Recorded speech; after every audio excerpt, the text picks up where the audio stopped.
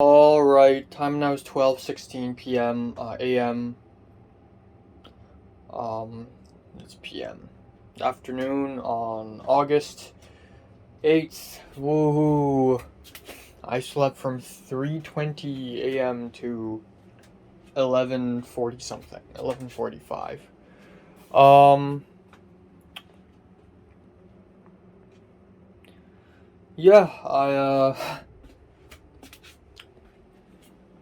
I got nothing to say. Um,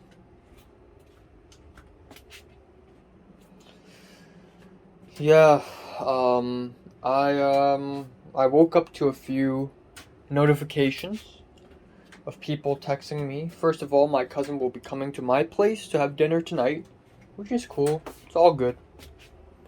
Then then there's a dentist appointment because my teeth broke again and I need to see the dentist again. So on July 15th, 6 p.m., we're gonna go to see the dentist, and that is basically the second last day I'm gonna be here in Hong Kong. And then yeah, about the Cedric thing, Cedric asked his boss if he could take a leave and have lunch with me. Well, the answer is of course, no, no, no, no. He can't have lunch with me, so it's going to be dinner. So it's going to be exactly how it is, how I predicted it yesterday. It's going to be exactly how I predicted it yesterday, 100%. Okay, I'm going to have friggin' rock climbing and karaoke singing with Leah, and I'm going to have a lot of fun there. Uh, so at least there's that. It's a good thing that we're meeting on the 9th because immediately after that, not immediately, like on the 11th and 12th and 13th and 14th, it's just 4 days in a row of just non-stop, or actually just 11, 12, 13 of just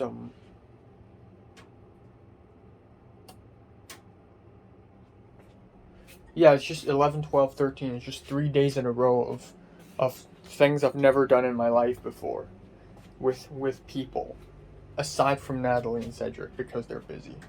But it's okay. It's okay. It's not like it matters. Like I said last night, it's not like it matters. We're gonna meet up. Hey, what's up? Hi. We're gonna wait at the fucking restaurant entrance, and then we're just gonna be like, boyfriend, girlfriend, school life, life things. Okay, bye bye. We're just gonna part ways. That's better than nothing. But honestly, it doesn't matter. You know what? In fact, if I don't show up to dinner, it's not even gonna make a difference. It's not even going to make a difference. You know what's gonna make a difference? My short films. What's actually affecting me, that's gonna make a difference. So, yeah, I finished the shot list yesterday.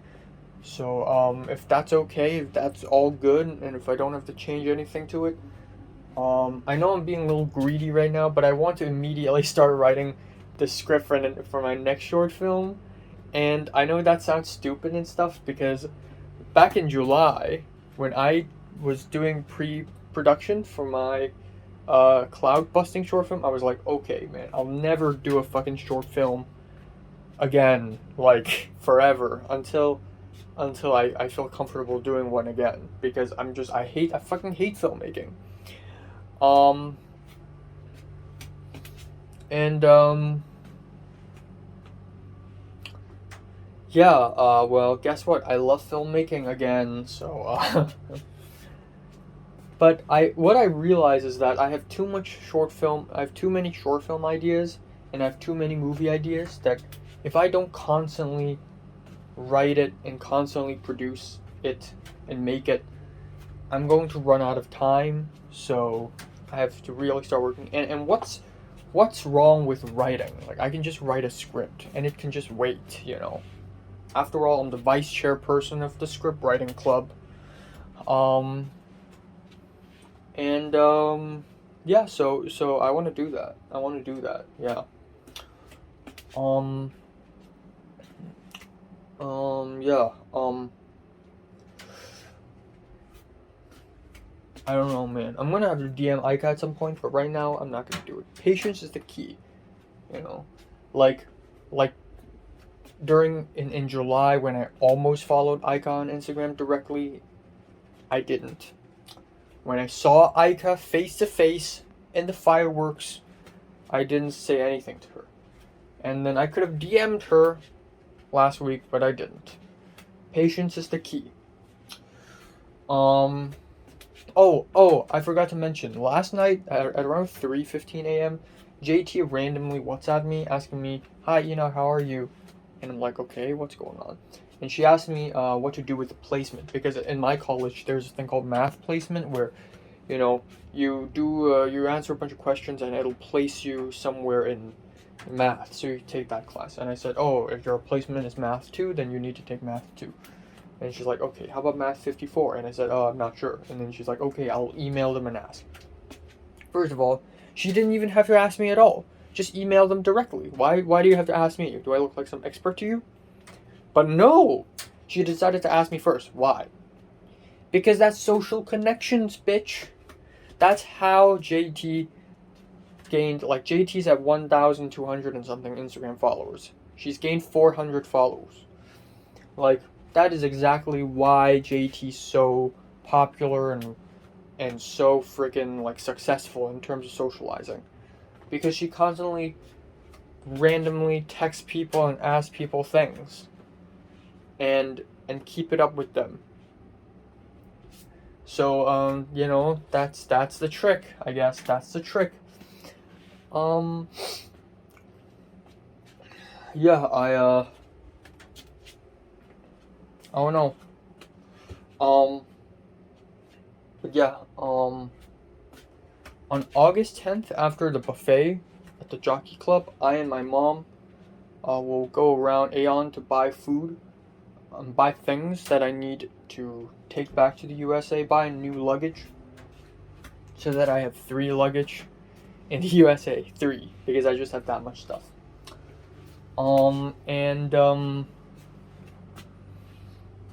Yeah, I'm also going to swing by the CD warehouse to see if there are any Wong Kar-wai Blu-rays or any other Blu-rays that's worth buying. Yeah, that's all. So today, I have to go to my mom's company's headquarters, so I'm going to eat lunch and do a quick album review, and then I'm gonna bounce. And it's going to be nice, and it's going to be great. And yeah, that's that. Yeah. Yeah, I'm gonna try not to think about the whole Cedric and Natalie thing. Cedric just texted me telling me that he'll be free after work at 5:30. You know what? I'll take whatever. I'll take it. Sure, whatever. It doesn't matter anymore. So yeah. Fuck this hotel. Fuck this hotel. Alright, time now is 12:32 a.m. after midnight on August 9th, but to me it's August 8th. I'm gonna be quick, because I really don't have a lot of time right now. I'm gonna briefly talk about what happened today. So, yeah, at 2 o'clock, so I was already quite late. I planned to so my mom suddenly told me today that she's going to get off work at 4:30, so I better go to her office at around 3 p.m. or before, because then I wouldn't have time to just discuss anything with the 19-year-old film guy who is in her office in the headquarters, right? So at around 2 p.m. I just finished breakfast, which is a big bowl of macaroni and with tomato soup and bits of carrots and potatoes, which is fine. There's no lunch. That's it. That's actually brunch. So I filmed my album review, and then I didn't even edit my review, I immediately left. And by the time I arrived, it was 3 p.m. And when I left the Tsimsha MTR station, it was pouring rain. It was so intense. It was raining so hard. And there were tons of people standing at the entrance of that MTR station, of that exit. And at some point, a few people were like, you know, fuck it, I'm just gonna bring my umbrella, because we got umbrellas. I brought an umbrella too, but the rain is just so intense that even with an umbrella, it's not gonna help much. You're still gonna be soaking wet because the rain is like diagonal. It's not like this. It's a little bit like this because of the wind. So at one point I'm like, okay, screw it. I need to get to the office ASAP. So I left, and holy cow, I am soaking wet. Now, not completely wet. My shirt isn't wet, but my bag, and my pants, my shoes, pretty much all wet. Especially for my shoes. I was wearing sports shoes. I was wearing the same shoes I wear in the USA every single day, and I was wearing socks, and it was soaking wet, and it was really bad. Anyways, I arrived at the office at around 3 p.m. and 3 something probably, and I met up with the 19-year-old guy, and he's really busy because he's got work to do. At one point he went to a meeting. At one point there was a meeting being held where all the staff members went there, and it was just me alone beside where the guy used to be, the 19-year-old guy. I'm not gonna give him a name, am I? But beside that guy, and I was just like sitting there at the side with a chair and a table in front of me, with my laptop opened, with my shot list of my new short film idea. And I was just sitting there like an idiot because I didn't know what to do, didn't know what to say. Before he went to the meeting, he said, "Oh, here's the camera." So he brought a Sony A67 camera, and he's like, "Oh, you can play around with it. Oh, be careful with it. It's my girlfriend's." So I was a little bit disheartened when I heard that. I don't know why. And then he just left for the meeting. And then he also said, before he left, he said, "Oh, also I have work to do. So if you don't mind, you can help me a little bit. We have to add subtitles for this promotional video that we're doing for the company. So there's a Word file. All the subtitles, just copy and paste into the video in the Adobe Premiere Pro software." And I'm like, okay.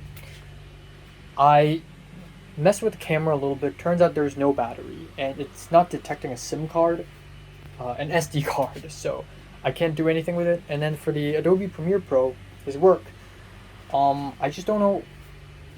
I guess I'm not a professional at Adobe Premiere Pro, but it's set up, it's assembled in a way where I have no idea what the fuck's going on actually. So I gave up. So I should have looked at my laptop like an idiot. But yeah, I didn't feel very great when he mentioned that he has a girlfriend.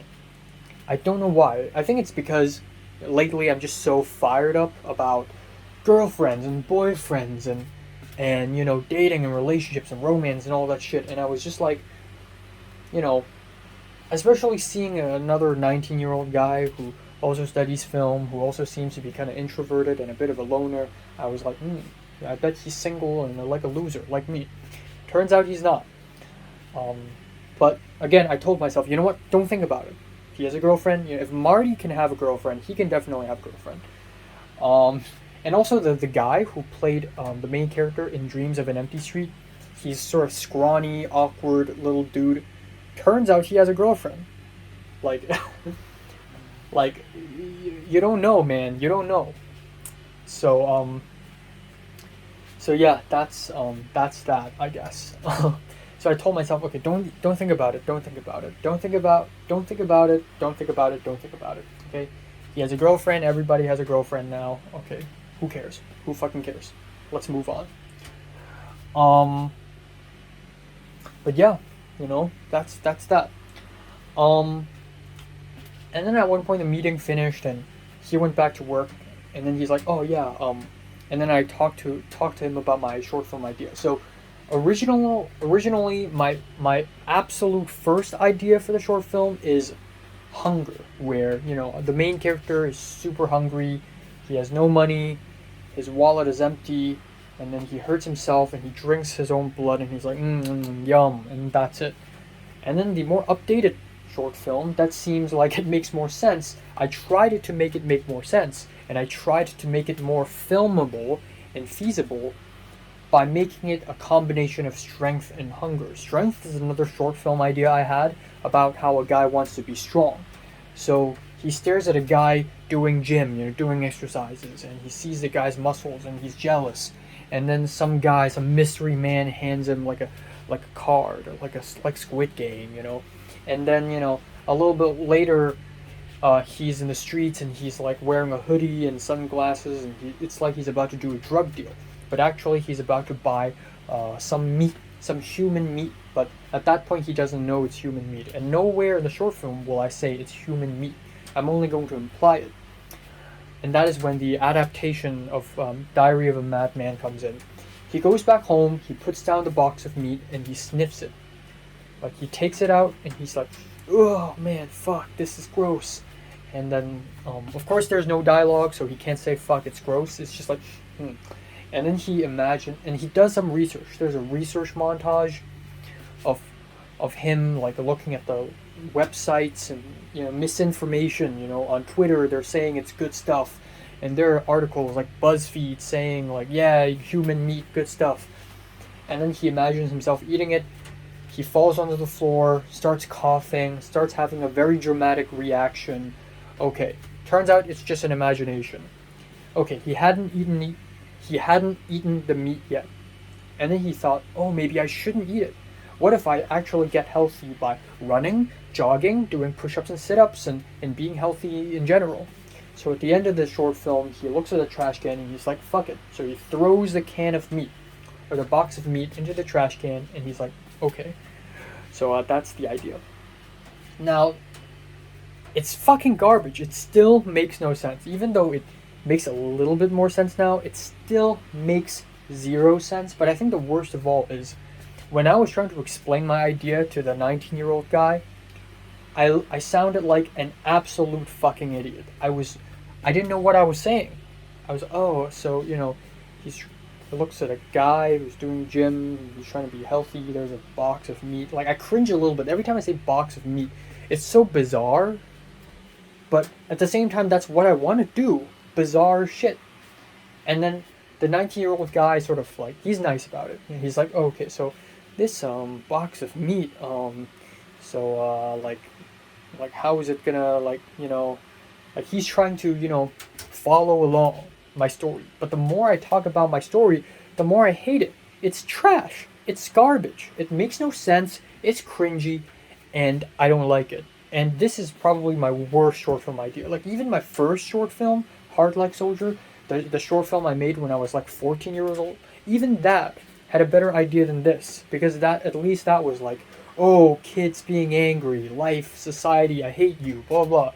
But this is just box of meat. Like, what the fuck was I thinking? And then I realized, when I left, hold on, I should just straight up rewrite the whole thing. Like, the whole idea, just scrap it. Because I wanted to do Hunger, which is an adaptation of A Diary of Madman. But a faithful adaptation and a good adaptation of that would require dialogue and would definitely need more than 2 minutes. So if I try to forcefully hammer that idea in order to turn it into a Chapman University application video, it's going to suck ass. Because I can't forcefully hammer it. So I need to think of a totally different idea now. And I think I have one. And it involves a guy blindfolding himself because he thinks he's too ugly and he can't bear to look at mirrors. I actually have this idea a long time ago as well. But I can make it a 2-minute thing. It works, okay? So I'll figure that out. But yeah, anyways, I came all the way back home, MTR, and so my mom at the end didn't leave at 4:30 because I continued to talk to the 19-year-old guy. So we left at around 6 p.m. We came back home. I took a shower. My socks were still wet. It was wet the whole time. I quickly edited my album review, and guess what? My cousin came. So from 8 p.m. from 7:45 to 12 at midnight, I was just sitting outside. Just talking to my cousin, and we had hot pot. Note that I didn't have lunch today, so I was really hungry, honestly. So I ate a lot of food, and then I drank 2 glasses of Coca-Cola, and then after the hot pot, so my clothes are all like it smells right now. It smells of hot pot, and I also I just got all dirty in general, like sauce splattered on my shirt. The cable that connects the plug to the wall, to the hot pot, to the stove, to the electronic stove, it's literally right beside me. So it was touching my pants, and I my knee accidentally hit the table and hit my brother's leg because my brother was sitting right here.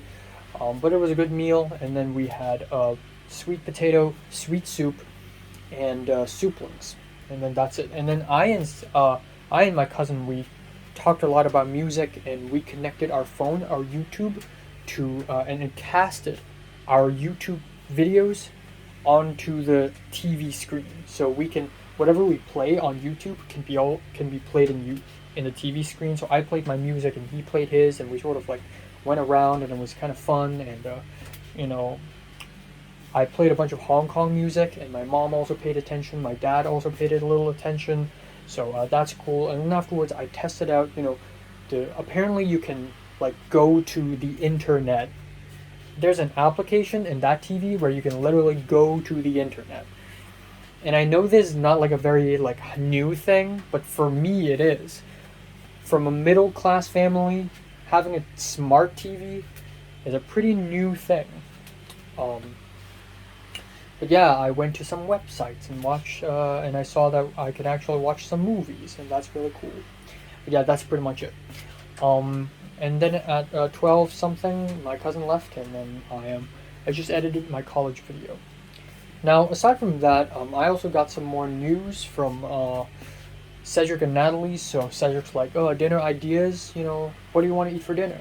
And I said, just don't eat pasta, I guess, and also no steak and pork chop." But I'm not gonna go out for dinner and eat steak and pork chop. So I said no pasta. But if no pasta, then Natalie will probably say, "Oh, Korean or Japanese or whatever," which is fine. But I also eat a lot of Japanese food in Sawtell. Like, I'm literally 15 minutes away from a Japanese supermarket. Aika, a Japanese girl, is in my script writing club. That already is an indicator of how Japanese my situation is. I can hear teenagers and young adults speaking Japanese like 9 p.m., 10 p.m. at night while I was having dinner in my apartment. So, but Japanese food is good. I like it, but but yeah, Natalie's really putting on this attitude of, okay, nice, like not nice, noise, like Noice, like the Michael Rosen meme, like nice. Bruh, you're Natalie. You don't act like this. You don't speak like this. You're fucking Natalie. Swear. To be fair, Natalie doesn't swear, and she didn't swear until she broke up with Flynn. But still, like, bro, you're Natalie. You're not like, okay, yeah. And her WhatsApp profile picture is literally an anime girl. Are you fucking kidding me? How basic can you be? You are Natalie, or you were. Who are you now? You're not the same person anymore.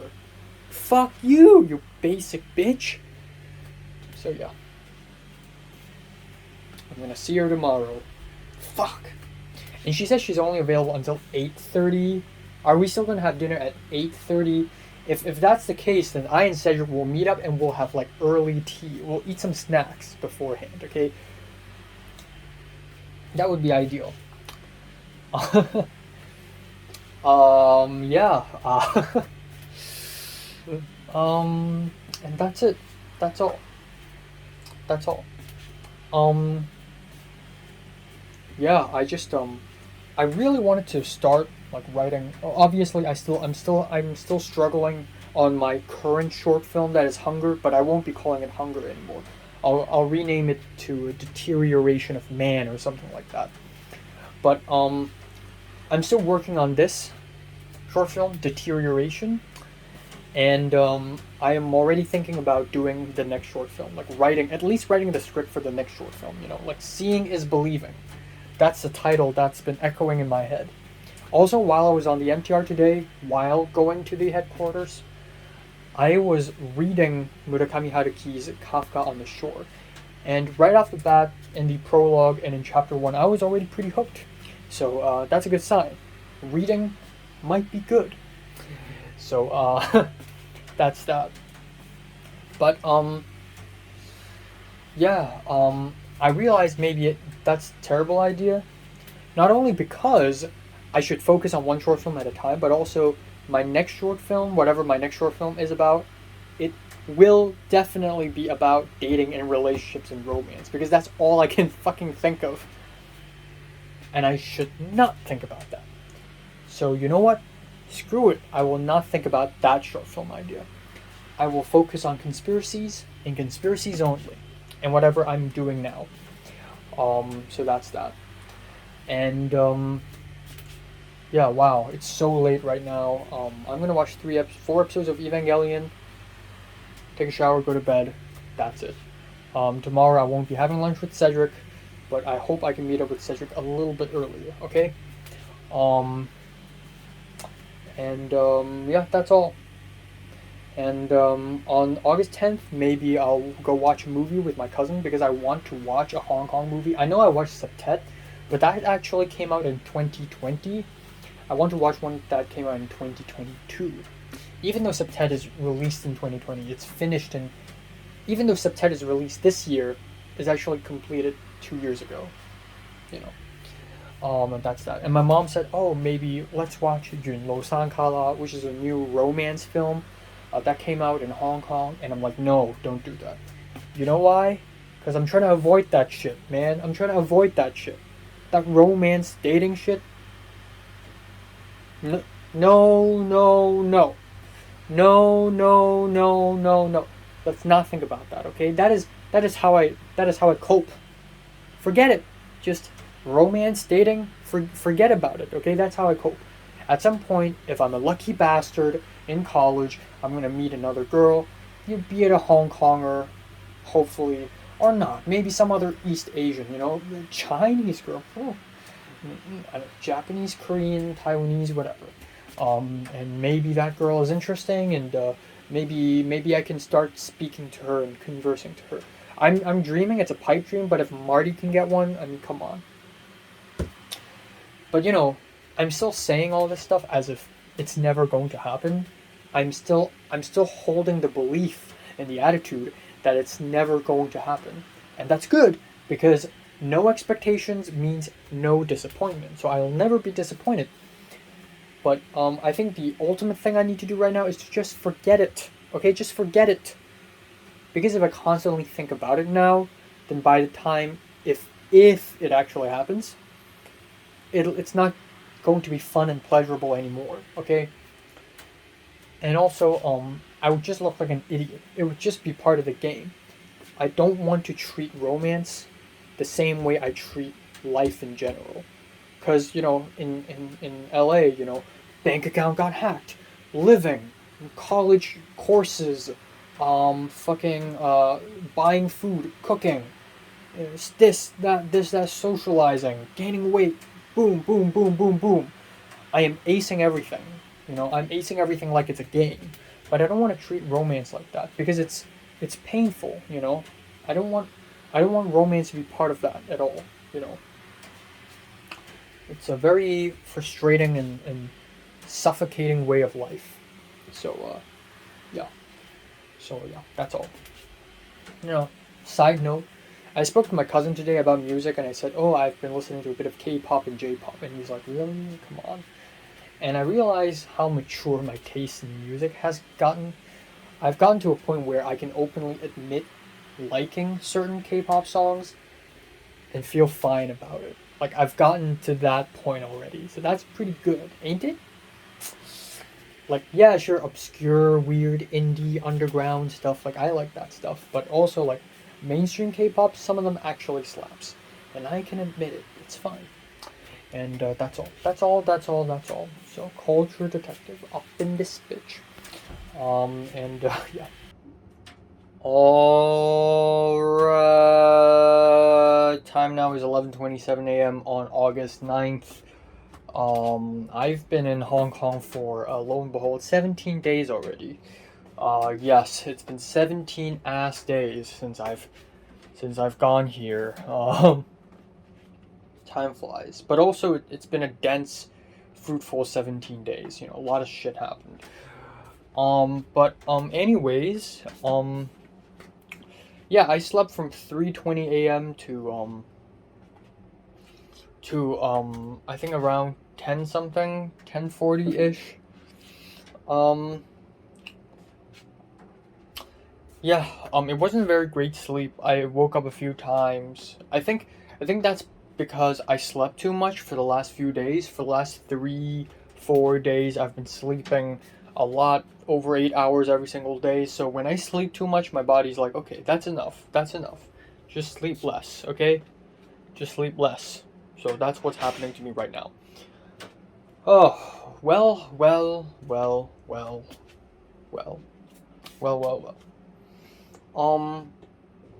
Didn't have much of a dream. I dreamed about my wallet disappearing, and then somebody cloned my wallet, so I have my own wallet, but it's completely empty. So somebody has my money, and I had to find it, and that whoever has the money actually wants to give it back, but I have to ask nicely. I don't know. It's a weird dream. But yeah. As you can see, I've changed my clothes again because the clothes last night are stinky and full of hot pot. It's raining outside, so that's fucked. I hope it doesn't rain tonight. When I see Cedric and Natalie, I don't know what I should do with Cedric and Natalie. You know, it's gonna be the usuals anyways. It's gonna be the what even is the usuals? It's been 2 fucking years. It's been 3 years since I and Cedric and Natalie have existed in the same room. But really, it's, you know, not much is going to happen. Like I said, before I went to see Leah, Pink, and Jordana, I was like, okay, I bet this is going to be very uninteresting. And yeah, it kind of is kind of uninteresting, you know. When I and Jordana talk, we just talk about, haha, where are you going to go, exchange student? And Jordana asked me about my life in the USA. And that's kind of basically it, and there's nothing all that special about anything. I should have asked Jordana about, you know, happiness and what is the meaning of your life and all that stuff. But it wasn't right to say it. It doesn't feel right to say such serious things. It just ends off sounding kind of cartoony. Especially in this new context. So, I guess we'll never know. But yeah,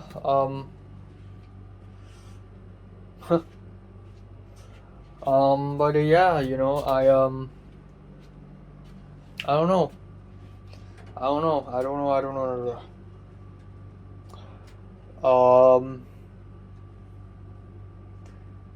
Now that I don't have levels, I have nothing to talk about really.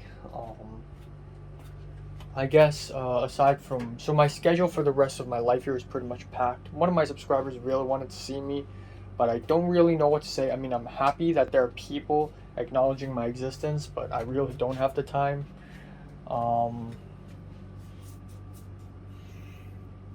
Yeah.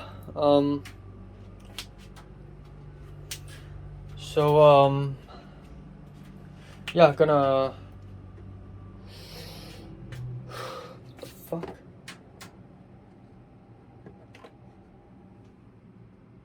That's weird. Some sort of mold or something? Oil stain, maybe? I don't know what that is. Yeah, film application, I still have no idea what to do. That's what's going on. For the 2-minute short film, I kind of have an idea, but it's not really complete yet. And I basically need to have that idea done by tonight, so let's see if that's alright. Let's see if I can force myself to finish a whole movie idea for one night. I don't know why I hated my hunger idea so much yesterday. Like, it's not that bad, but the more I think about it, the more I find it awkward. And I mean, it's doable. It's certainly doable. And I can't find many other short film ideas that can fit this 2-minute short film thing. This 2-minute no dialogue thing. But the stumbling block is actually the decision. Like, what decision is the main character going to make? If I can forcefully add a decision into the story, it would be great, but but because of that, it would ruin the whole thing somehow. You know, without the decision part, it would have worked as really well. So without the decision part, the main character wouldn't have to, oh, I'm looking at some people at the gym and I'm jealous and I'm gonna, like, get a box of meat. I'm gonna scrap the whole thing, right? It's going to be a main character is really broke, is really starving and hungry, like in the beginning. Like my first idea, and he gets treated to a meal, and he's beginning to like suspect, and at the end he runs away. But there's no like decision making there, I guess. I don't know. And it would be cooler if it's made in USA. I feel like it would be even cooler. Like, that's the definition of an adaptation, you know? I don't know. I don't fucking know. I need help. I need help. I wonder if Aika's struggling the same thing. I wonder if Pepper is struggling with the same thing now, or is she like partying with 12 million people? I don't know. I realize this though. I realize this. The moment I stop seeing Pepper, like, stop like having her within my vicinity of eyesight, I just sort of stopped thinking about her. Like, at some point in July, I'm just like, Pepper who, you know? Like, who fucking cares what happened to her, you know? She's gonna have her parties and drinking and smoking. Like, and I don't even see this kind of personality from her. Like, she looks like a small, good girl. Like, why is she being so MK all of a sudden? Not really all of a sudden. I guess I just don't know her. But nor that she knows me. Fuck you. But yeah. But yeah, I don't really think about Pepper all that much now. It just goes on to prove the point that she's not it, you know? I run into a lot of girls and all of them are not it. They all fucking suck ass. But you know, Pepper's probably a nice person. Pepper just comes off feeling like a clueless girl. Like, she's just kind of clueless. She's not mysterious. She's just clueless. So when she acts really cold, it's because she has no idea what to say. Whereas if Mary acts kind of cold, it's because Mary knows what to say. Mary knows what's going on, but she chooses, right? She makes a conscious decision and chooses to be cold and mysterious.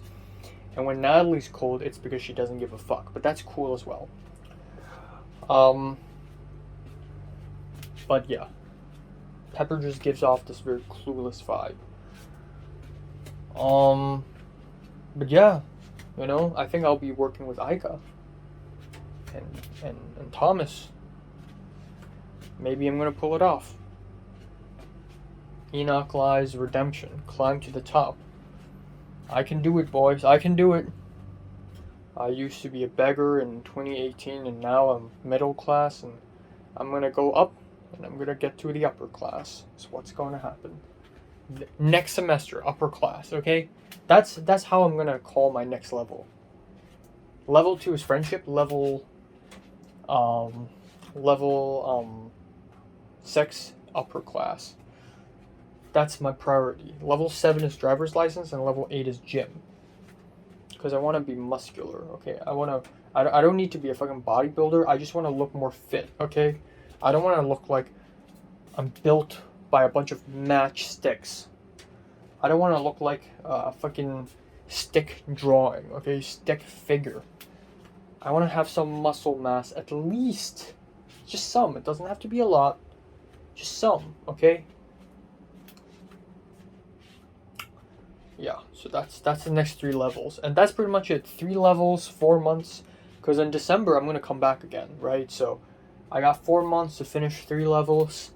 Easy peasy, you know? Easy peasy. And it's probably not going to suck as much as, like, my first round. Because round 1 is truly suffering. And I'm actually a little bit afraid. Like, what what if round 2 and all the future rounds are, like way more boring and actually like real life? Come on, imagine living in real life.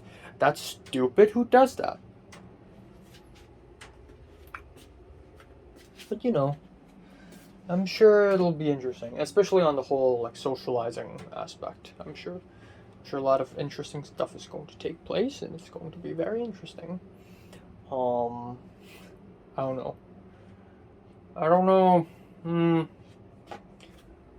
Let's not think about romance and relationships, though. Let's just throw that away. Throw that away. Throw that away. That's not what I'm here for. No, no, no. I mean, yeah, not really. No, no, no, no, no, no. Um,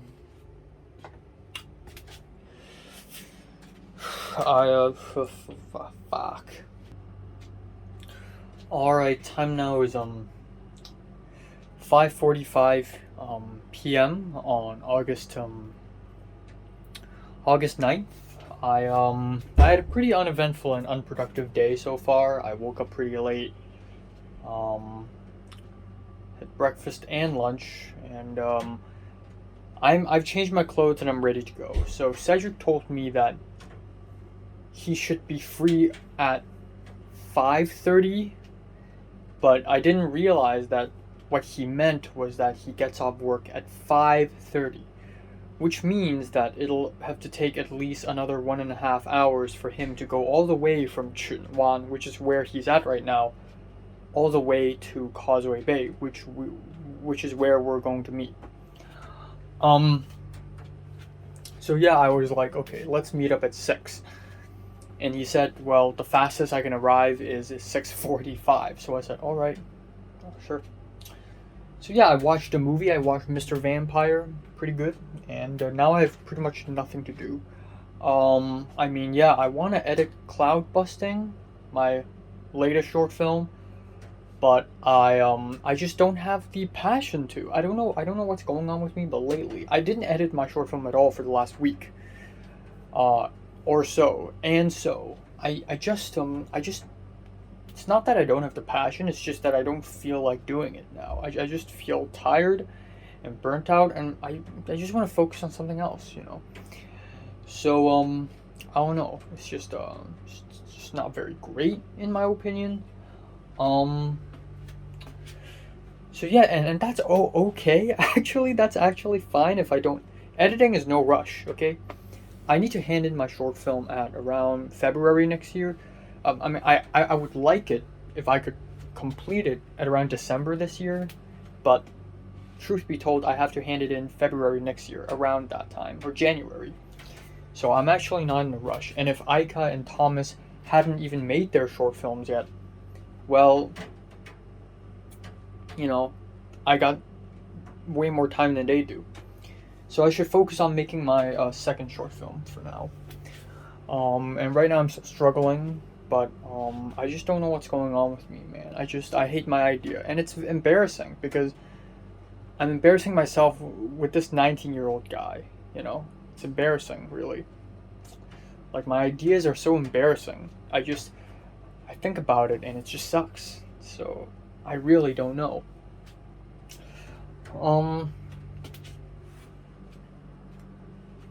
Yeah, and it's raining now, and it's probably going to rain tomorrow as well. Holy cap.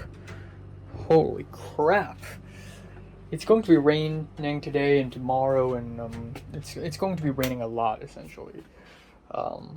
Which is going to be sad. Perfect weather for a meetup between me, Cedric, and Natalie, the Conspiracies Trio. The first time us three see each other in 3 years, okay? And it's going to be the most underwhelming meetup ever. Like, again, you know what? Like how when I went to Film 31 class in early May, and I was like, okay, let's predict what's going to happen today in class. I'm going to go there, and Thomas is going to say hi, and he's going to talk to me, and Pepper will not even look at me. And we're just not going to say anything to each other, and then we're just going to leave, and I take a bus back home, and that's it. So you know what? Let's make a prediction now, and let's see how exact I am, how precise I am with my predictions. Okay, let's see how predictable reality is. Let's put reality to the test. I'm gonna go to Causeway Bay, and I'm gonna be early because I'm gonna leave in about 10 minutes or 15 minutes. It doesn't matter. I'm definitely going to be early. Um, I'm gonna stand there. I'm gonna bring earbuds, cause what if Cedric's like, oh, I'm not gonna show up today, and Natalie's like, okay, I got boyfriend stuff, So you guys hang out. I will meet you guys, December. Um, Fine, So I'll bring earbuds. I'll listen to music, nice and all, nice and all. Okay, let's say Cedric shows up, and Cedric shows up. It's awkward. Hi, what's up? And we talk a little bit. And then we just walk around like two idiots. I would probably opt for food. If Natalie shows up at 8:30, 8 fucking 30, like I would be hungry, okay? So I would probably buy something to eat, or I'll bring something to eat. Let's see what I can bring, I guess. But yeah, then I'm going to, we're gonna meet Natalie again, probably in the fucking MTR station, or just the restaurant entrance, of course, the restaurant entrance. And then we're gonna talk love life, boyfriend, girlfriend, school life, life things, haha. And then we just leave. That's it. And when we leave, we're going to part ways in the MTR. Okay, we're gonna take the MTR, and Cedric and Natalie will part ways. Okay, because, or actually, if we do eat at Causeway Bay, then it's going to be a little different. But I'm going to be the one, So that's it. That's it for today. And then we're not going to talk to each other for another few months, maybe, perhaps, until September 7th, in which Cedric and Natalie probably had to say happy birthday to me. If they don't, I don't blame them. It's not a big deal anymore. Who cares? Yeah. That's it. That's all. That really is all. And then I'll wait for another 3 days, and then Cedric's birthday, and then I'll wait for another 8 months, and I'll say happy birthday to Natalie, and then, just the rest is history. So, yeah, there's that. I went to Reddit a few days ago to ask for advice for entering UCLA Film School application, stuff like that. And somebody saw my Reddit post and decided to DM me on Reddit. I didn't even know that Reddit has a function like that, and asked me if it's okay if we could have a chat, because he's an international student and he wants to get to film school too. And I'm like, sure. And he asked me if I have Discord, and I said sure. So I just sent him my Discord username. Man, this thing is actually a little tight. Is it? Should I change my shirt? I honestly, I even picked this shirt because it looks nice, so that, if we take selfies and whatever, I even trimmed my beard a little bit. But why do I even care? If Natalie and Cedric care that little, I don't know. Maybe I should change my shirt. Should I?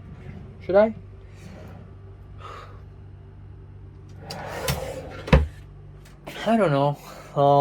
But yeah, we're gonna talk about film school and application, and hopefully I can know something. I don't know, man. I still have no idea what I want to do with the UCLA application.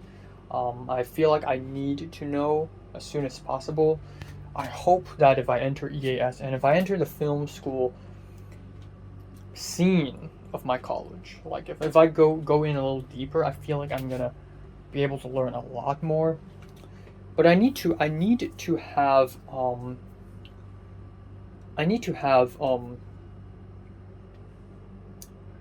a heart of preparation, because again, I don't want to be too optimistic. The admission rate of UCLA is 1%, and for USC it's also 1%. Are you telling me I'm the 1%, Enoch? This guy? Come on, me 1% against the 99% of the other applicants? No, chances are I'm not at the 1%. So, I should already start preparing for the case that, I cannot go to UCLA or USC. I watched a Versatarium video earlier today, and it's a video about 4 things you must do if you want to become an expert. And right off the bat, in the beginning, the guy said, I got rejected by film school twice. And I'm like, even someone like him, who's so good at making videos, twice? I mean, I can't do shit. My videos suck. So,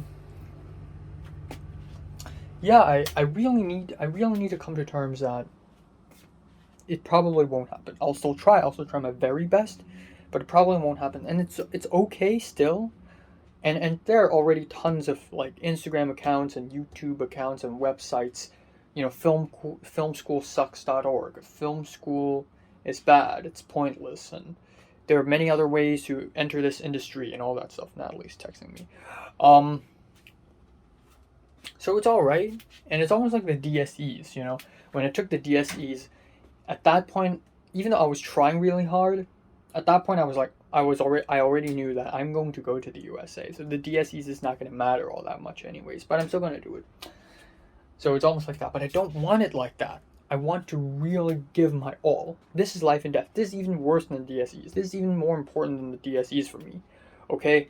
Like this is life and death, okay? This is not the life and death of me, this is life and death of a nation. Okay? So me getting to film school is really important, okay? So I need to really like fight my way into the freaking schools. And yeah, that's all. It was raining so hard like 10 minutes ago. I went back to my apartment and changed my shoes and got a bigger umbrella, and now it's not fucking raining again.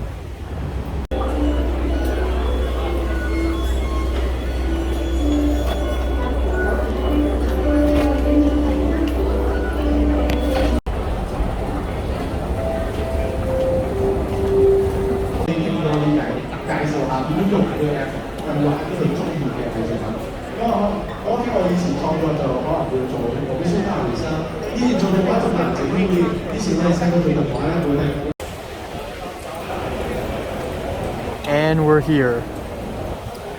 Times Square. Side note, we're not.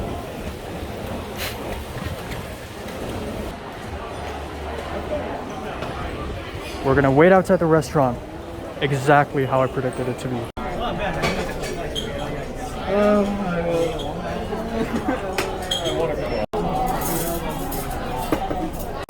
Yes, I would like to try it, please. Artisanal. I've seen you. If that's your choice, then sure.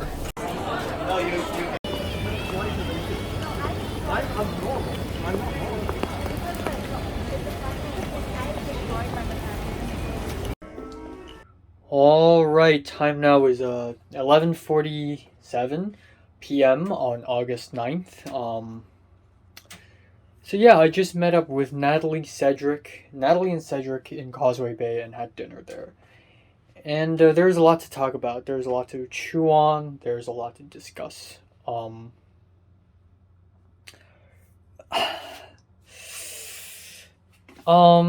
So where do I even start though? Where do I even start? So I don't know. I'll talk about how I feel about this overall, like after it, I guess. You know what? I'll drink some water first. My throat is very dry. All right. So I was early, obviously. When Cedric finally showed up at 7:10 ish. And Natalie was like, at first Natalie was like, oh, you know, maybe I'm gonna finally be free at 8:30. Or maybe it's 9. Oh, actually, maybe I'll be free by 7:30. So at around 6:40, I already arrived at Causeway Bay Station, and I was just listening to music and standing there, just very chill, a little bit angry, a little agitated maybe, just holding my umbrella with my left hand, tapping on my phone on my right hand, and immediately I made a short film idea. I wrote a whole treatment, not really a treatment, like I wrote a few paragraphs on what's gonna happen. But yeah, I immediately finished the whole short film idea, and then I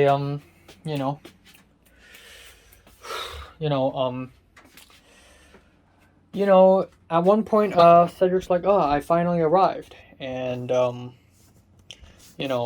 and at that point I wasn't like looking around like, oh Cedric, where are you? You know, because I didn't really care at that point. I'm just like, I'm just gonna stand here and let Cedric find me. You know, who cares? So I listened to music and stuff, and Cedric's like, are you wearing earbuds? And I'm like, yep.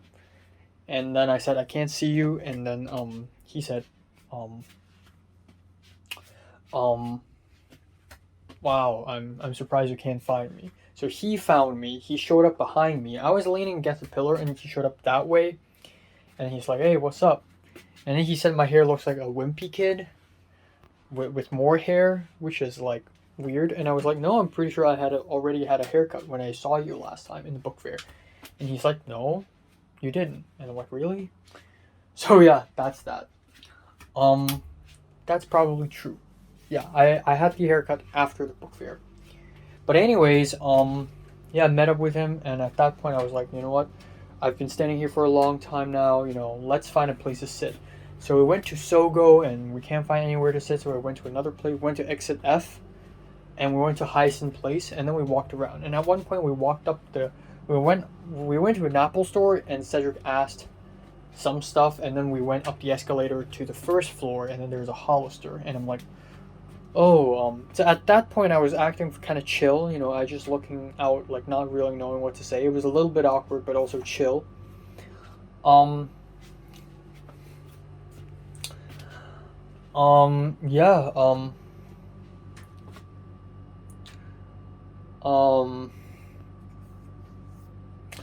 and then when we were going up the escalator to the first floor, I was like, you know what, let's just go back down. And Cedric's like, why? I said, well, you know, this place, you know, it's, you know, it reminds me of something. I'm trying to avoid this place. And then he's like, what, does your mom work here? And I'm like, well, no, but someone does. And he's like, who? And I'm like, I'm not gonna tell you. You know who, you know. So we went back down, and Cedric's like, who, you know. And, you know, Cedric's figured out at one point. But yeah, we went all the way back down, and then apparently Natalie's arrived already. So Natalie showed up, and Natalie, before I came there, Natalie was like, oh, burger or Shanghainese food. And I'm like, I don't know. If the burger is something I can find in LA, then sure, Shanghainese food. Apparently the burger she's referring to is Shake Shack. And obviously Shake Shack exists in LA. So let's go to eat Shanghainese food. Sure. So we walked. We actually left Hyacinth Place and we walked to Times Square. And we waited there a little bit, and then we went down the escalator to under Times Square to the Shanghainese restaurant, and we met Natalie there. And you know, I've seen Cedric, and Cedric's pretty much the same person. Like, throughout the last couple of years, Cedric has pretty much looked the same to me. You know, skinny, a little taller than me, just tiny bit taller than me, like 2 cm taller than me. Kind of skinny, skinnier than me now, actually. But when I saw Natalie, I was actually a little bit shocked, just teeny bit shocked. She is big, not tall, but big. You know, she's grown fatter. She's gained weight. And it's all right as long as she's comfortable with her body, you know, it's all right. And also, like, being fat isn't, no, I'm not going to call her fat. I'm going to call her thick. Being thick isn't a bad thing, you know. But she's clearly gained weight. Like, her face used to be kind of circular. Now it's almost a little bit like, you know, like her cheeks are fatter is what's going on. And, you know, given how I almost like hated on her for a bit last week, it just feels weird looking at her. I didn't know how to react. I didn't know what to say. But we quickly went to the Shanghainese restaurant. We sat down, and at first I was still like every movement I make, it's so full of it's so full of you know, just kill me, and it's the end of the world, and look at me now, you know. It's so, I don't know how to describe it, I guess. It's just this, you know, yeah, fuck you kind of thing, you know. just the way I sit down, the way I put away my glasses. So we ordered food, and we scanned the QR code, and then we scanned another QR code for the menu. We scanned the QR code for the leave home safe thing, which is stupid, and then we scanned the QR code for the menu, and then we ordered stuff. We ordered tofu, we ordered noodles, there's pork. I was like, oh, meat, I need meat. And Natalie didn't think of meat, and obviously Natalie wouldn't think of meat because she's trying to lose weight. But I was like, no, I want to eat meat, And then there's a few other stuff. There's like Eat and Go, like year cakes, and there's sort of I don't even know what I ate. But yeah, we ate and we just talked, and it was actually nice. Like, even though it was a little bit awkward in the beginning, but of course it's gonna be awkward in the beginning because I haven't seen Natalie in 7 months, and I haven't seen Cedric in like a week.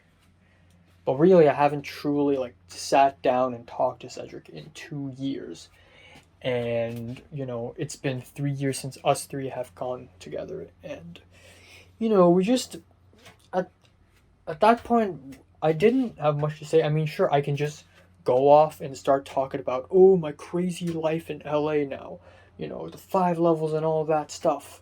Me going from host family to Airbnb to apartment. But I decided to not say too much about those things because I realized it doesn't matter, right?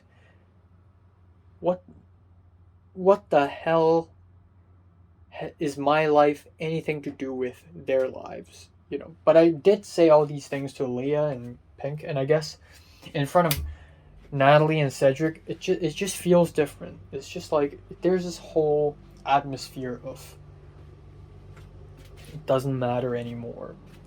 But yeah, we ended up talking about our own lives a little bit here and there. So Natalie talked about her weight gain.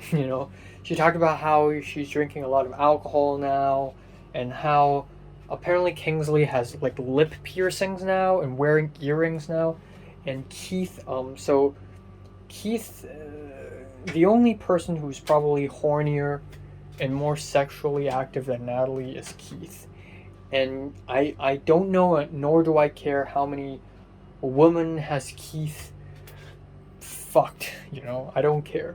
But apparently, according to Cedric, Keith has tattoos all over his body now, and Keith is wearing earrings, and Keith is like a gangster now, basically.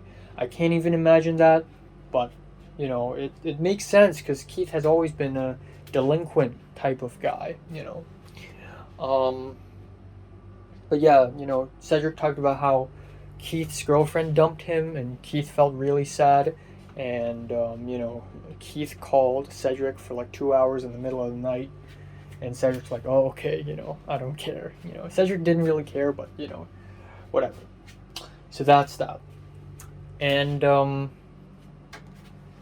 we talked about the past a little bit, Shirley, actually, because there are actually questions that I've never really asked Cedric ever since we've become friends 8 years ago, 7-8 years ago. Questions like, how is your English even so good? Because I find it weird that I and Cedric speak to each other in English because we're both Hong Kongers, but we actually communicate in English for some reason. And so I asked him, like, why, to begin with. And Cedric's like, I don't know. I watch a lot of Disney, I watch a lot of American cartoons, and then I just get really good at English because of that. But yeah, there's this notion that everybody's nice now. And I told Natalie, like, oh, I saw Jordana, like, a couple weeks ago. And Jordana's nice. And I know Natalie hates Jordana and stuff, but yeah. I also told Natalie, like, I realized that if you're half Singaporean, but that doesn't mean shit. But because, like, you're Singaporean, like what, You're probably still of Chinese descent in your Singaporean half. And Natalie's, like, joking around saying she's hiding the fact that she's secretly 87.5% Chinese. Han Chinese, so that's that. Yeah, Natalie's life right now is just I wouldn't say simple, but her life is a life now, you know, like she just goes to university, she has assignments, she plays bridge, she's really obsessed with playing Sudoku on her phone right now. She watches some animes when she's free, but she's always not free because she has a lot of work, she's doing internship, she has tuition, and then she constantly overworks herself. She has a boyfriend. Okay, so yeah, she actually told me. So at one point I was like, I was going to say, and I was like, fuck, I forgot to say. I forgot what I was going to say. And Natalie said, oh, my best friend is in love with me. And I'm like, oh, okay. And I thought, and by that I thought it meant like, that best friend is someone she's dating now. And I'm like, oh, did you say yes? And she's like, no, I already have a boyfriend. Oh, so Natalie just got confessed to for the 19th umpteenth fucking time, right? But yeah, I'm glad Natalie told me. I knew it already in the beginning, but I'm waiting for her to tell me. So yeah, but at one point I was like, I was trying to distract the conversation. We were eating tofu, and the tofu was truly nice. Like it was, so I was like, you know, Cedric, try this tofu. It's crispy on the outside, soft on the inside. And when Natalie and Cedric heard it, they were laughing. And I know it's like I expected them to laugh because it's funny to randomly say that. But I'm saying it, and then later I clarified why did I say that. I'm trying to distract myself, okay? I don't want to think about romance and relationships now. Like I'm trying to put that aside. So there's that. You know, Cedric has a girlfriend. Natalie is on her like 5th boyfriend. Like, come on, count it with me, you know? Count it with me. Flynn, Topher, Keith, Grant, and this church guy. 5. So, yeah, you know. And if you count being confessed to, like, it's even more. So, yeah, there's that.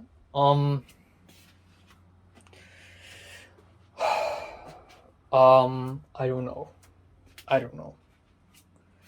But yeah, you know, people really change, because Natalie even asked, like, is Pink a stripper now? Because Pink went from being a, you know, small, squirmy, mentally disturbed girl to, you know, I wouldn't say mentally disturbed, more like clinically depressed, like actually, like, seriously concerned. Not even in an edgy way, in a very real way, like, clinically depressed, suicidal girl to lap dancer. You know, she's doing lap dancing and she's doing pole dancing and strip dancing, but it's body positivity, you know. She's 20 years old. She gets to decide what to do with her body. You know, it is what's the thing now.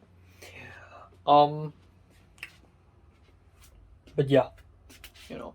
At one point, Cedric's like, "Oh, you're about to turn 20. Me too. You know, both of us are going to turn 20 in a month." And I'm like, "Yeah, fuck." And Natalie's already 20. Like, holy shit. So I asked Cedric what he does in birthdays, and Cedric's like, "Nothing. It's pointless. I don't do anything." And I'm like, "Seriously, do you like sleep more? Do you like celebrate by buying yourself food? Like, what do you do?" And he's like, "I don't know. I don't care." So yeah, when I have my birthday in LA, the first time birthday alone, I'm going to probably just celebrate by eating good food and stuff like that. So, there's that. But anyways, yeah, after the meal, so the meal is $490.6, I think.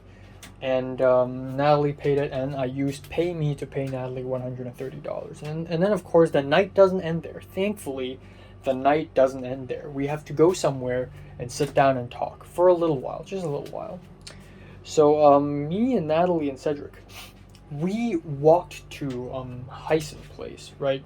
We walked all the way to Hyson Place, and then we went to a tea shop. Turns out the tea shop is about to close, so we went to the food court and we bought tea there. But Cedric bought us all. So Cedric bought me and himself Gamgat Lengmak. So it's like a lemon honey drink, and then He bought Natalie a lemon honey green tea drink with extra bubbles, boba. And so we had a drink, and so it's $20, but I paid zero. So shout out to Cedric. And at one point, Cedric's like, "Ooh, pepper lunch," and then Cedric's like, "What if I buy pepper lunch?"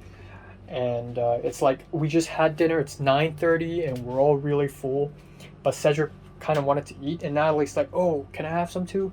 So Cedric actually went to buy a whole meal in pepper lunch, and I was just looking at them. I didn't eat any because I was quite full. And there were 2 spoons. And it was really awkward because, I don't know why, but specifically in our table, there are 4 seats, right? 2 in the front, 2 in the other side, square table. But in the middle of the table, there's a plastic barrier because, COVID restrictions. But for some reason, for many other tables around us, there are no plastic barriers. They removed it. But for our table, there is. So it's Cedric here, right beside me to my right, and then Natalie opposite side, and then there's a plastic barrier, and then it's me. So I'm alone. And even when Cedric's waiting for the pepper lunch, I and Natalie were just sitting there awkwardly, Natalie playing with Sudoku on her phone, and I just looking at afar because I have nothing better to do. It was kind of awkward but I wouldn't say awkward in a bad sense. I would say awkward in a sense that we have nothing to talk about. There's literally nothing we can talk about. I mean, sure, there's so much to talk about in life, relationships, the school, boyfriend, girlfriend, school life, blah, blah, blah, blah, blah, blah, blah. But there's no point. And I think both of us also realize that. But I did tell Natalie, I haven't told Natalie my ultimate plan in life is actually. So, when I was young, I was all like, oh, Oscars, I want to win Oscars. But now I don't care about Oscars. You know what I want? You know what I want to do? I told Natalie, if Joe Biden bans anime, people will riot. If the Prime Minister of UK, I was going to say Boris Johnson, because when I came up with this, Boris Johnson was still the PM. If Boris Johnson bans K-pop, people are going to riot. But if Joe Biden bans Hong Kong films, people will still riot, but not as many. I want to live to make sure that there will be as many. And I explained that to Natalie. And Natalie's like, what? And there are many moments where I am, when Natalie even said, I'm not, Natalie said I might be the most normal person out of us 3. And that's also one of the most concerning things that I have, and I don't even know why it's concerning. It's not supposed to be concerning, but when we were having the Shanghainese dinner, Natalie at one point was like, oh yeah, I was talking about how there's no interesting people in LA and how I've only met an interesting person, and then Natalie out of nowhere asked me, do you find me interesting? And then I cheekily said, I wish you are, but I don't know if you are right now. And she's like, I'm literally right in front of you now, bitch. And I said, and I say it out of kindness, you have a boyfriend now, impress him. Show him that you're interesting and not like other girls. Well, to be fair, if he likes you, then it means that you're already interesting to him. But you can be better than that, you can be interesting and crazy and weird, just like how you were. I didn't say all this, but But yeah, at one point when we were, when we were in a Shanghainese dinner, Natalie also mentioned that she met Miss Solomon, the art teacher, the notorious, strict, draconian, totalitarian, horrifying teacher from my school, the school.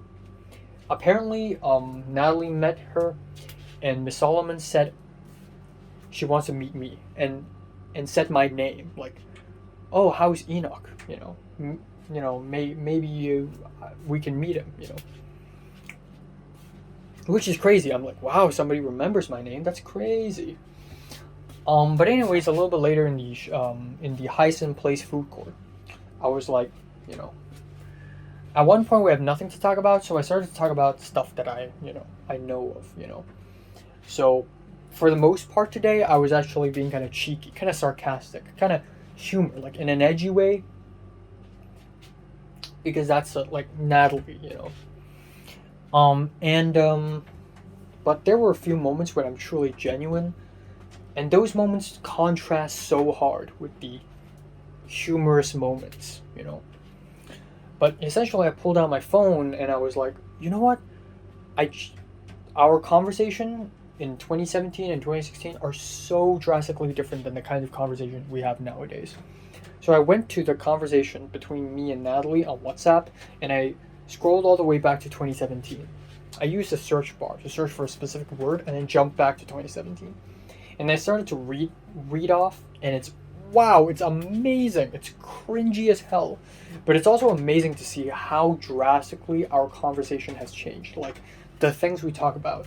So back in 2017, I and Natalie talked about personalities and how Natalie would show off like, oh, I have multiple personalities, and you know, I give them all names, and you know, whenever I have a mental breakdown, I change into another personality, and at that point I was still coping. Like it was like early form 3, so actually it was like late form 3, and at that point I was kind of coping. Like I know I'm not as edgy and as mentally fucked as you are, but hey, at least I got the detective persona. So you know, like ooh, persona, like detective and things, and how you know, quirky and edgy and you know stuff like that.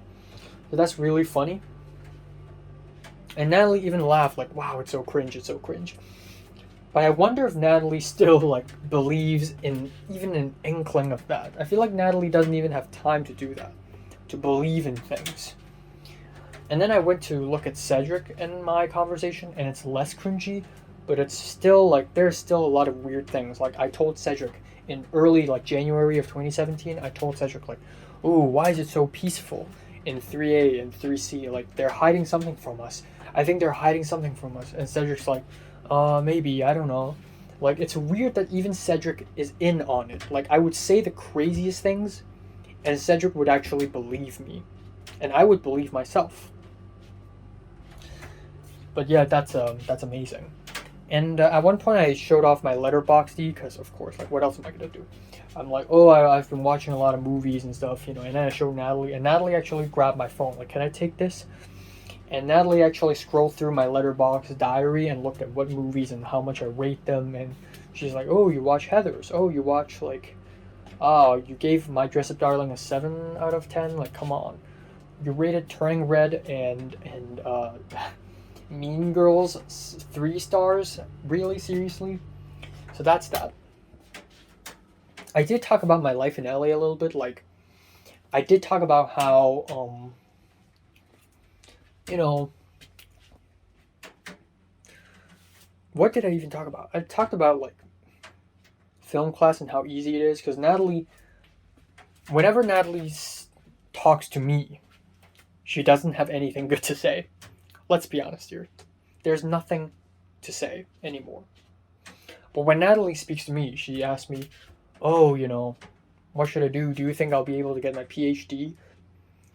And I said, PhD in what? And she said, politics. And I'm like, well, are you doing really well in your politics classes right now? And she's like, oh, well, mostly A minus. And I'm like, okay, that's pretty good. But her overall GPA is not good enough, and she's really stressed out about it. I cannot relate, okay? My GPA is amazing. And that's because American education system is too easy.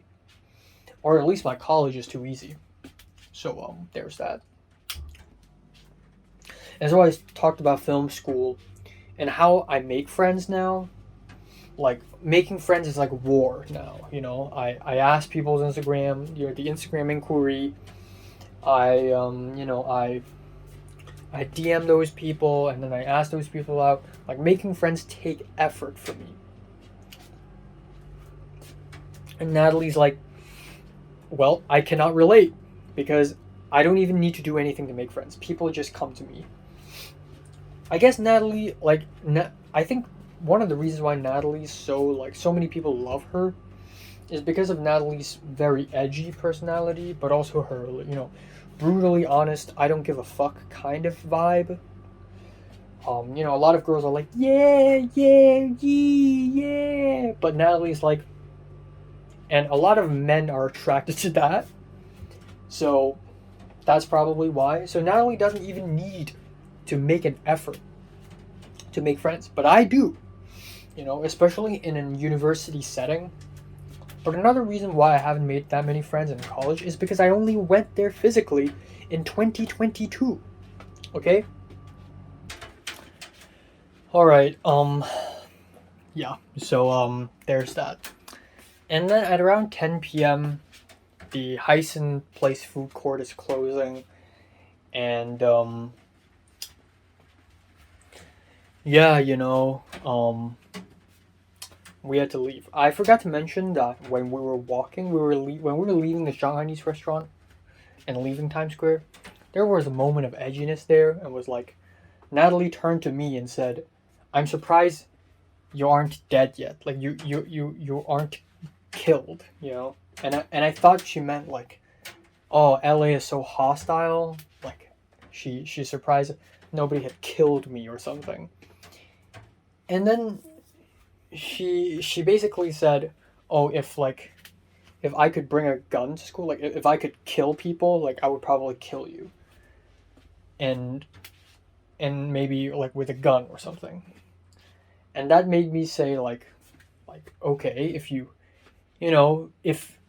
if you think you have a lot of grudge against this like people and the society that you would bring a gun, like then anyone else also would have the same reasons, Like when I was in secondary school, when I was in forms 4 or 5, in form 3, like when I was super lonely and I felt rejected by society and I hate everyone and everything and I had no friends, like I was like really struggling at that point. Okay, but anyways. Yeah, we talked about normal shit a lot as well, like how Cedric bought an iPad like a couple days ago, and yesterday Cedric lost his Apple Pen in the MTR, and that's why he went to the Apple store to ask the customers something about the Apple Pen. But yeah, okay, I need to sit. Holy crap, no cap, holy crap. Yeah, but yeah, the Hyson Place food court is closing, and I and Natalie and Cedric, we left the food court. We went down the escalator and we walked around for a little bit. We walked the bookstore, the Slate bookstore in Hyson Place, and we walked a little bit, and turns out that's closing as well. So we're like, at the end, we're like, okay, let's go back home. So yeah, we just walked, and Natalie went to the bathroom in Hyson Place. I didn't know why I didn't go to the bathroom. I guess it's because I hate going to the bathroom outside. But I kind of wanted to go pee at that point.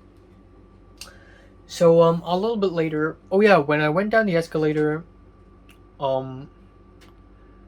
Cedric sort of like leaned on me, and Cedric's like, I think you're stronger now. And I took that compliment. I'm like, yeah, Los Angeles has roughened me up. Also, when we were leaving the Shanghainese restaurant and we just left Times Square, I was going to ask Natalie, like, about her weight gain, but I didn't want to come off rude. So I asked Cedric first. I asked Cedric, how much do you weigh now? And Cedric's like, I think 50, I don't know, like 56 or 57 kg. Or I think he said 53. I forgot exactly what it is. Right now I'm at 60, right? Okay. Let's do that. Oh, right now I'm at 58. Shit. Oh, last I weighed, I'm at 58. But and apparently Natalie's at 58 as well. Which is crazy. And Cedric, literally, at that point, he was like, no shot. He didn't say no shit, he said no shot. So yeah, Natalie's heavier than Cedric now, and Natalie's gonna be heavier than me. And all three of us are heavier than Nick, who used to be the fattest boy in the class. People change, man. Pink is a stripper now. Leia is a woman, okay? Natalie's gained weight, and Cedric told me that Natalie's style has changed. So Natalie used to be, you know, edgy, you know, blood, you know, but now she's like office lady, businesswoman. Everyone's changed, you know. Keith has tattoos, Kingsley has piercings, Ronald smokes weed and or whatever. Like Adam drives a car now. Like people just change, and there's nothing to be said at this point. And I feel like even Natalie feels this poignancy, this almost sadness, but really it's poignancy of, oh my god, just we're old now and no one is the same. Like even Natalie and I, like if we go to the school, Natalie having gained weight, long hair, and then me with a mustache, and me also having gained weight, like, and how we both of us act different now, it's horrifying how we act and how we change. It's so unpredictable. It's scary, you know. But yeah, basically there's that. So we left at the end. So Cedric followed us into the MTR, and I think Cedric also took the MTR at the end. And once again, I and Natalie part ways in the MTR. But this time, I and her take the same route because we're both going back home. Natalie's taking off at North Point because she lives nearby. So when I and Natalie were alone, we were just looking forward and we didn't really say anything. I wanted to deep talk with Natalie. If we had enough time, if we could really sit down and really talk, I really want to have a genuine, deep talk with her and sort of understand where she is right now. But A, there's no time, and B, there's no point. What's the point of talking?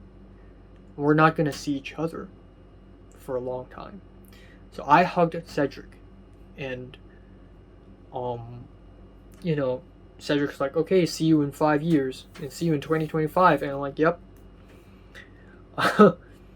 At this point, last time I saw Cedric was 2020, so it's a 2-year gap, right? If the next time we see each other is 2025 and it's a 3-year gap, honestly, it's not that far different than a 2-year gap. But yeah, you know, I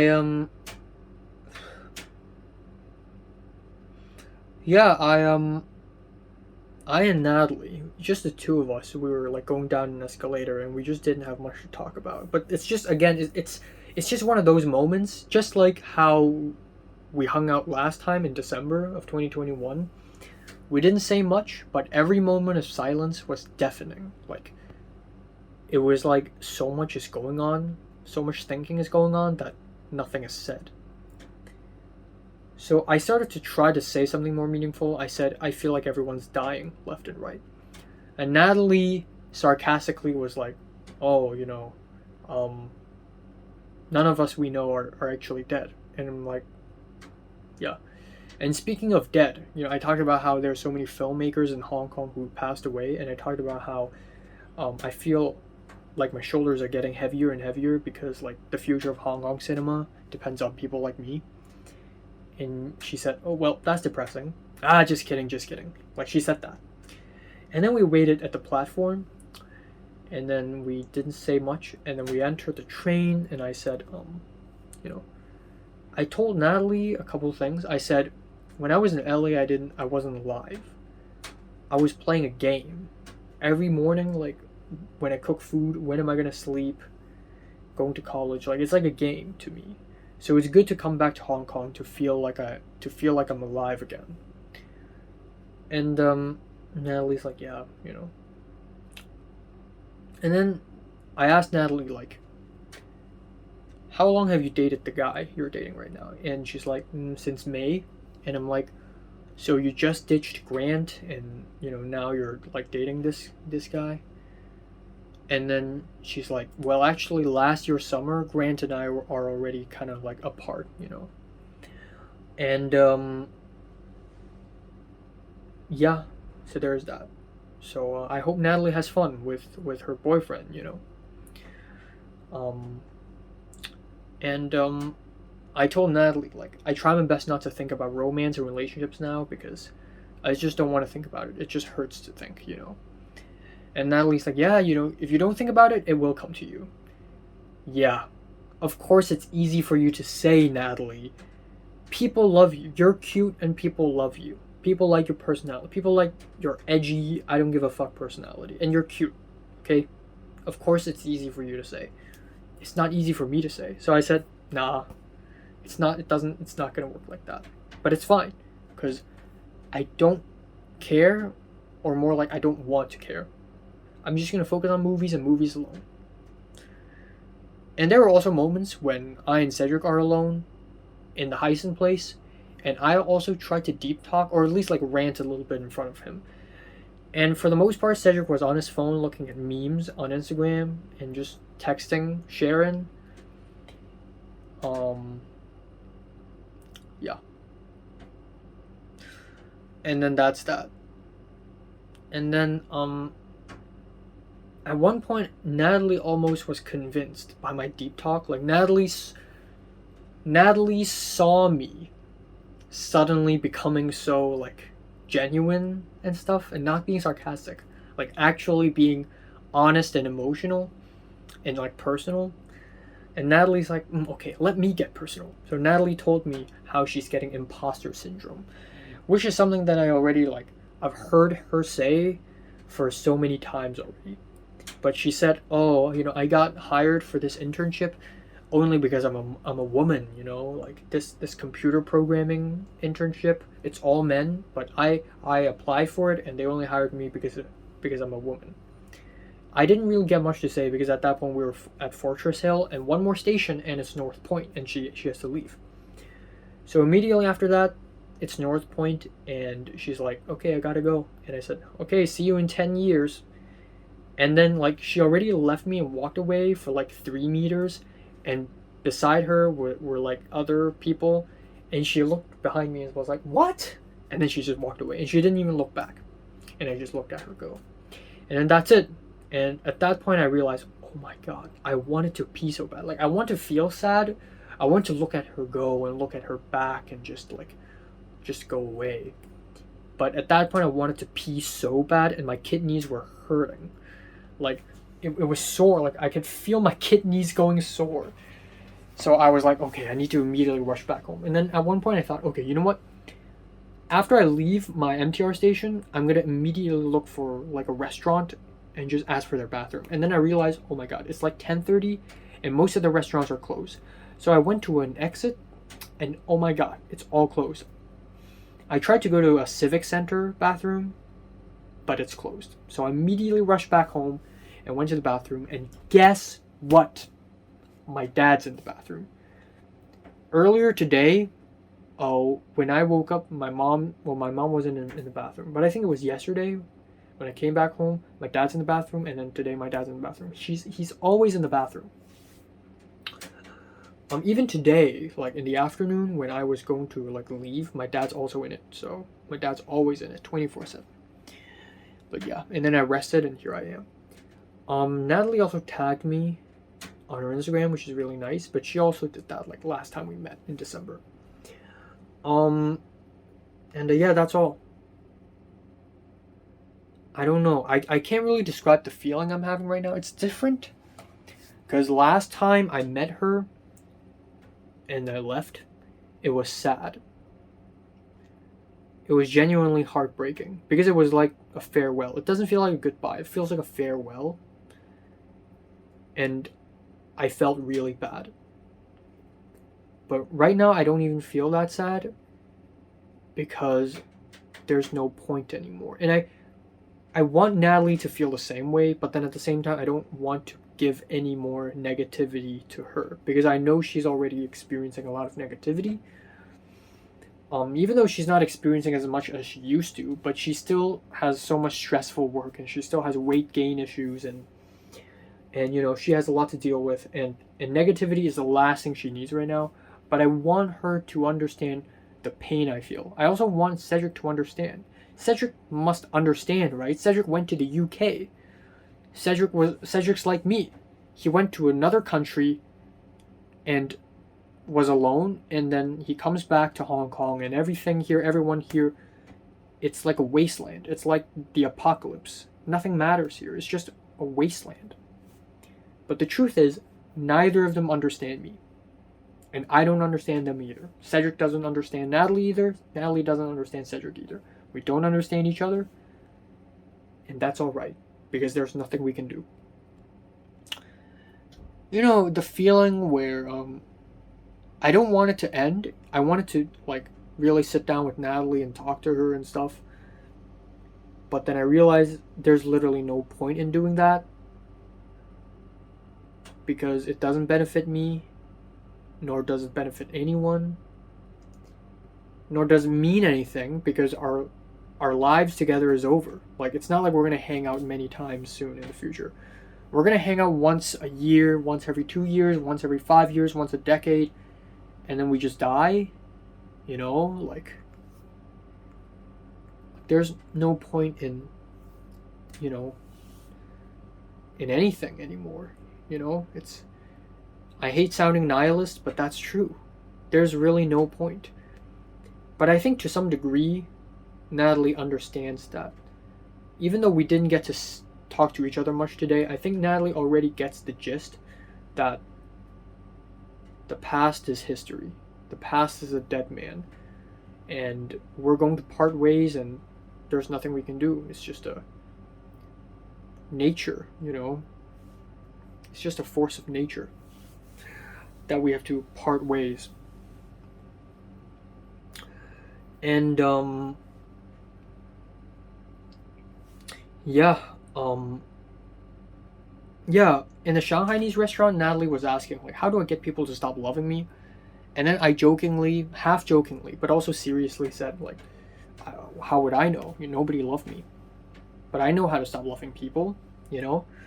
You stop checking her Instagram, and then you live in a different city, and then you wake up and sleep, and wake up and sleep. And at that point, Cedric looked at me, because Cedric knew who I was talking about, and Cedric patted me on the back, like, alright, I feel you, man. I feel you, pain, you know? So that was pretty funny.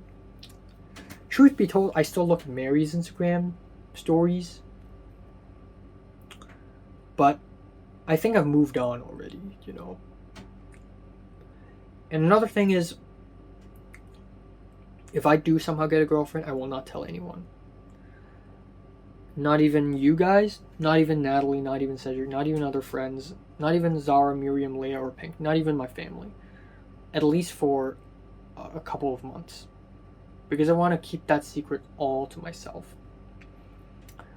And I also want to make myself understand that when I do have a girlfriend, if I do have a girlfriend, there's no point in showing off, because at that point it's already like outdated.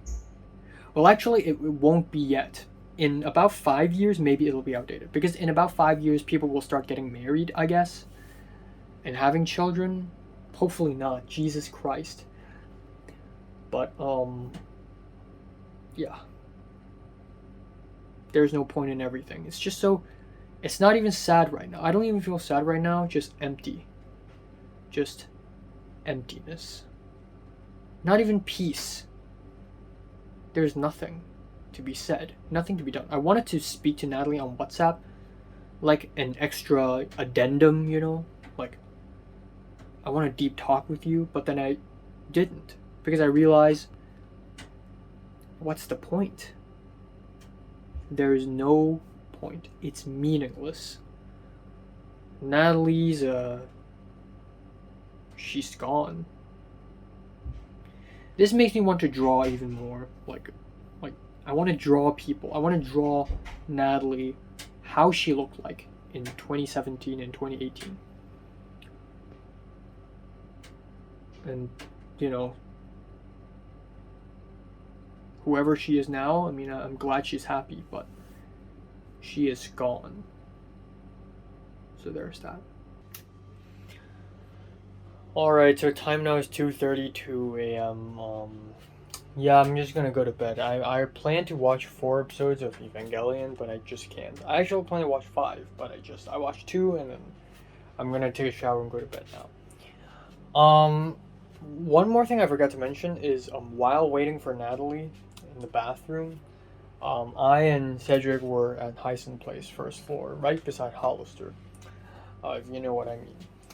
And I and Cedric we were talking, but for some reason I was just like, I don't know if it's because of LA or am I just like this always, but Natalie tried to scare me. But because I'm always like really aware of my surroundings, when Natalie was behind me, I already saw like a black blob because she was wearing a black like sweater, right? So I saw a black blob at the side of my like eyesight, and then I immediately realized it's Natalie. And before she could even scare me, and she's like, "Damn it, I wanted to scare you," and then I'm like, "Ha, um, ha, you can't scare the detective." So that's pretty cool. And I feel like to a certain degree, even though like I'm not important in Natalie's life, there are tons of people more important than me, cooler than me, more awesome than me, more meaningful than me, right?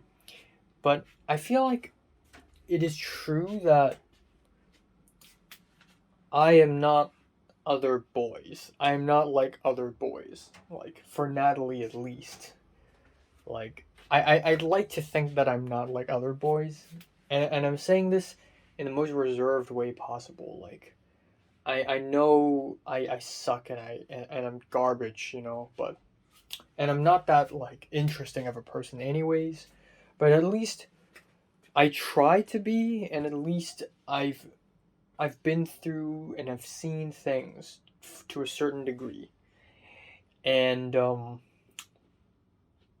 yeah, I don't know, man. I don't know. I don't know. I can't say today was a very great meetup. I can't say it was happy. I can't say it was satisfying, but it needed to happen. I don't know how to describe the feeling. It's kind of dreamy in a way, and I don't get this feeling when I'm hanging out with Leia and Pink. Maybe it's because they're like new friends. I became friends with them in 2019, so they're kind of new. Um, but also like the style of friendship. I can't say like if I go back to USA right now, without having seen Pink or Leia again, it's fine because I can still keep talking to them.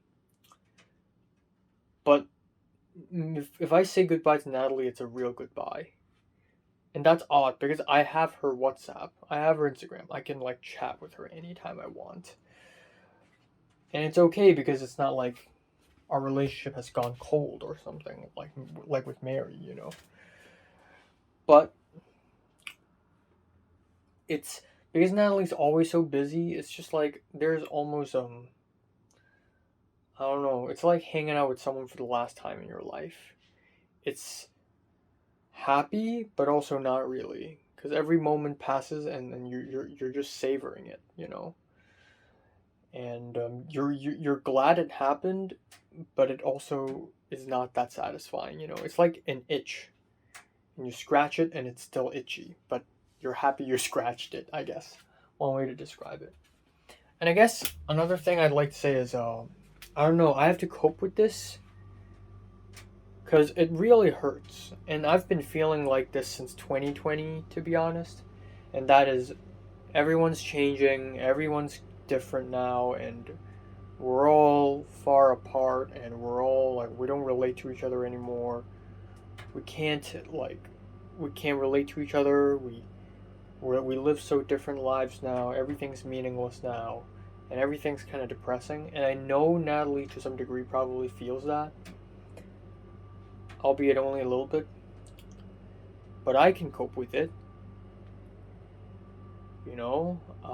I'm gonna move on with life. I want to feel. I guess one thing I would want. I'm asking for right now is comfort, because I go back to Hong Kong and I feel comfortable. I feel at home. This is my bedroom, you know? I don't need to cook food. I see the people I meet. I walk the streets I'm familiar with. I eat the food I'm familiar with. Like, I feel comfort, but I don't find that comfort in the USA. And to think that I'll be living there long term is a scary thought. And Cedric's coming back. His school program is 3 years, but because he had to add one more year, like he left Hong Kong between forms 4 and 5, but when he went there, he had to retake fourth form or something. Or actually, he had to do form 5 and then it's 5, 6, 7. So he is 1 year later than me and everyone else, in a sense. Even though it's still a 3-year university program. Also, he's not studying in University of Brighton, so, you know, don't even look for him, I guess, if you're in UOB.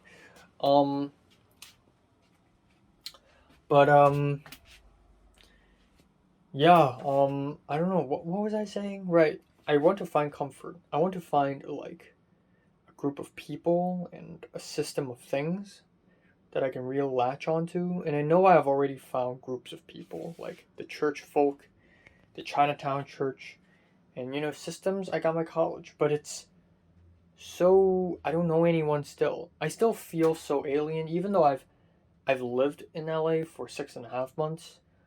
I still feel kind of alien towards people. Like, a lot of people still,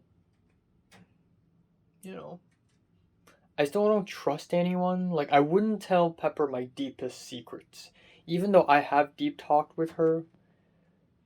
But I haven't shown any of my sides to Pepper. Like, I've only shown a bit of my surface, only a tip of the iceberg, to be honest.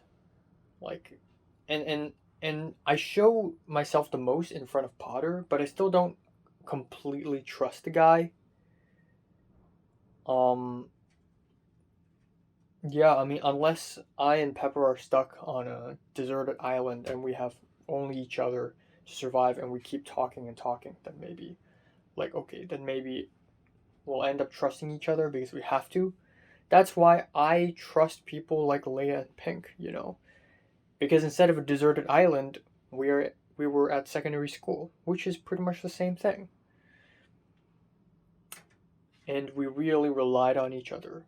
But, you know, it's not how it works now. Yeah, it's like you make friends on a deserted island and then you finally got rescued and then you two just live apart. Live in different cities, you know? It's like, it's how it feels, man. It's really how it feels. That's a great allegory. I think that sums up my feelings, really. I made a friend on a deserted island. One day we got rescued, and I and my friend, we lived in different cities, and we can't really relate to each other again. So yeah.